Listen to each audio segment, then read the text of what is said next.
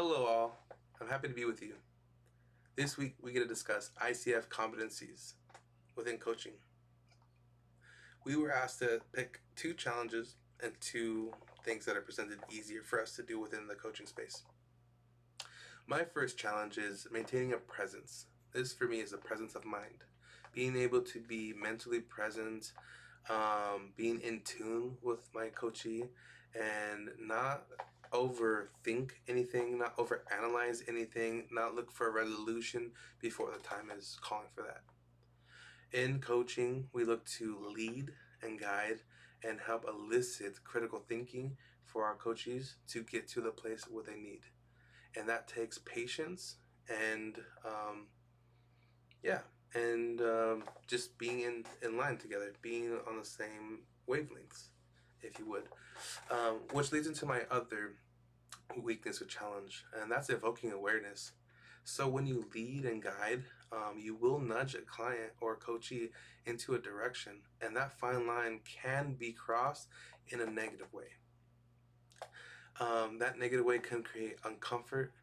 We can touch on topics that are sensitive, and those can build walls. And when you build walls, you don't get the authentic, true, and genuine self of the coachee. And that's what we're looking for. Because if we're going to guide them and lead them being open and honest with us is all we really need and ask. And then we can do our best to get them to the place that they need to get to, independent, and or with the help, which is why we're here. Which in contrast, two of the things I find a little bit more easier to how would you say,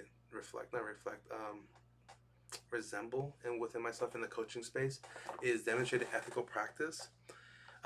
That one I find a little easier because of my training within behavioral therapy. We do extensive training on ethics, courses on it, all that. As long as we present a client with the dignity, approach them and reach them in their own places, as far as showing them our interest in learning more about them, as far as their identity, their culture, their background, what makes them them.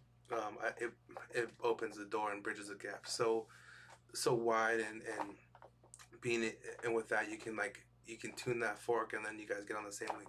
It does immeasurable benefits for a coachee and coach. Also, something that I feel is a little bit easier is cultivating trust and safety. It kind of goes in line with being able to open yourself up to where a coach is at, what they're about, because when you do that, you create a safe space. You foster that kind of levels of integrity where you know that you're going to be doing them justice, and they should come to you with everything that they find is necessary to reach their goals, which would be their honesty. When people are honest, you're able to deliver the best services possible. So those are some of the things that I learned over the course of reading the material, and what I found are challenges and what I find are strengths. I definitely could touch on this a little bit more, so if you guys want to reach out and discuss this with me, I'm happy to go over a little bit better. Thank you so much. Have a great day.